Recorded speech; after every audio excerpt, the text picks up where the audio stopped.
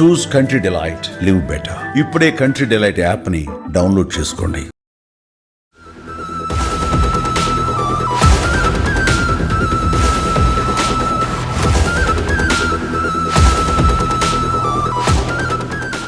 ప్రపంచ దేశాలలో అత్యంత భయానకరంగా విస్తరిస్తున్న ఈ హనీ ట్రాప్ మోసాలు రోజురోజుకు విపరీతంగా పెరుగుతున్నాయి. యువకులే టార్గెట్గా అందమైన అమ్మాయిలు పన్నే ఈ ఎత్తుగడలతో ఇప్పటికే చాలామంది మోసపోయారు. మరికొందరు జైలు పాలు కూడా అయ్యారు. అయితే ఇక్కడ జరిగిన హనీ ట్రాప్ మాత్రం కాస్త డిఫరెంట్గా కనిపిస్తుంది. ఎందుకంటే హనీ ట్రాప్ అనగానే యువకులే ఎక్కువగా అమ్మాయిల వలలో చిక్కుకునే ఘటనలు చూస్తూ ఉంటాం. కానీ తాజా ఘటనల్లో సైబర్ నేరగాళ్లు ఫేస్బుక్లో హనీ ట్రాప్ చేసి ఓ 70 ఏళ్ల వృద్ధుడిని బుట్టలో వేసుకున్నారు. అంతేకాదు అతని నుంచి ఏకంగా 38.73 లక్షలు దోచేశారు. వలపు వలలో పడి తాను మోసపోయారని ఆలస్యంగా గుర్తించిన బాధితుడు సిటీ సైబర్ క్రైమ్ పోలీసులకు ఫిర్యాదు చేశాడు. అంతేకాదు ఈ మోసంలో సినిమాలను తలపించేటువంటి ట్విస్టులు ఉన్నాయి. ఇంతకు ఏం జరిగింది? పూర్తి వివరాలు ఇప్పుడు చూద్దాం.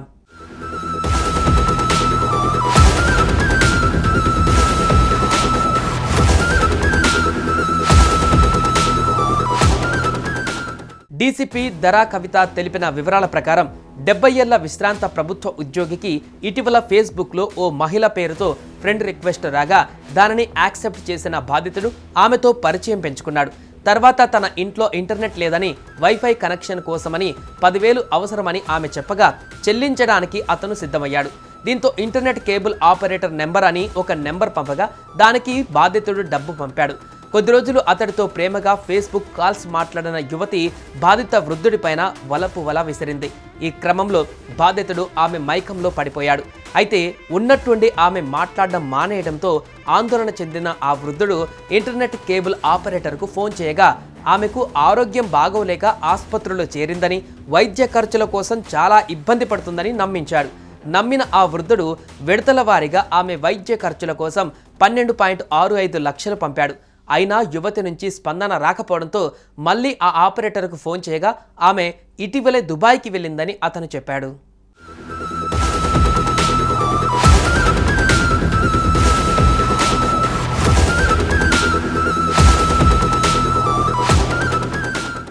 ఆ తర్వాత వృద్ధుడితో పలుమార్లు మాట్లాడిన ఇంటర్నెట్ ఆపరేటర్ పరిచయం పెంచుకున్నాడు. తన తల్లి చెల్లి మీతో మాట్లాడాలనుకుంటున్నారని వారిని పరిచయం చేశాడు. దాంతో వృద్ధుడితో ఆ ఇద్దరు మహిళలు తల్లి చెల్లిలా నటిస్తూ పరిచయం పెంచుకున్నారు. మాయ చేసి ఆయన్ను ముగ్గులోకి దింపారు. నిత్యం కాల్స్, చాటింగ్ చేశారు.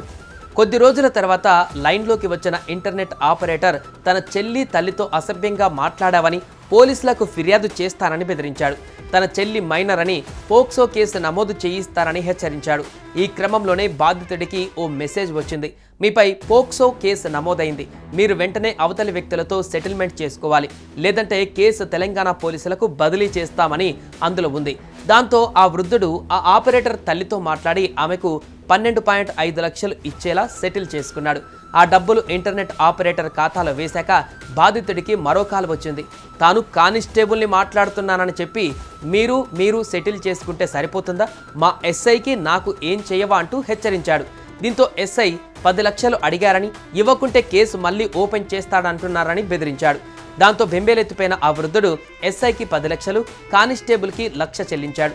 2-3 రోజుల తర్వాత కానిస్టేబుల్గా మాట్లాడిన ఆ వ్యక్తి ఫోన్ చేసి పాత ఎస్ఐ మారిపోయాడని, కొత్త ఎస్ఐ పోక్సో కేసు మళ్ళీ తెరుస్తానంటున్నాడని, ఆయనకు 10 లక్షలు చెల్లించకుంటే ఇబ్బందుల్లో పడతారని బెదిరించాడు. తన వద్ద అంత డబ్బు లేదని ఆ యొక్క వృద్ధుడు 2.58 లక్షలు చెల్లించాడు.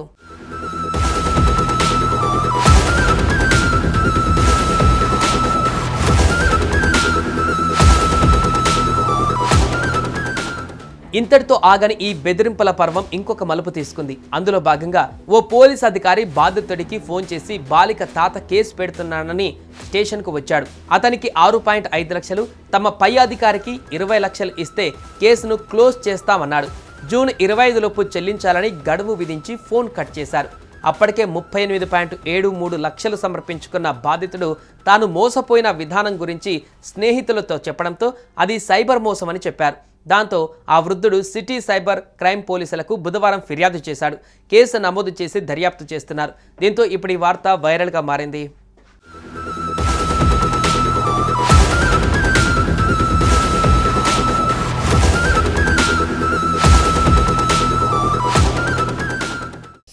టీవీలో మీ పర్సనల్ అండ్ బిజినెస్ ప్రమోషన్స్ కోసం కింది నెంబర్కి కాంటాక్ట్ చేయండి.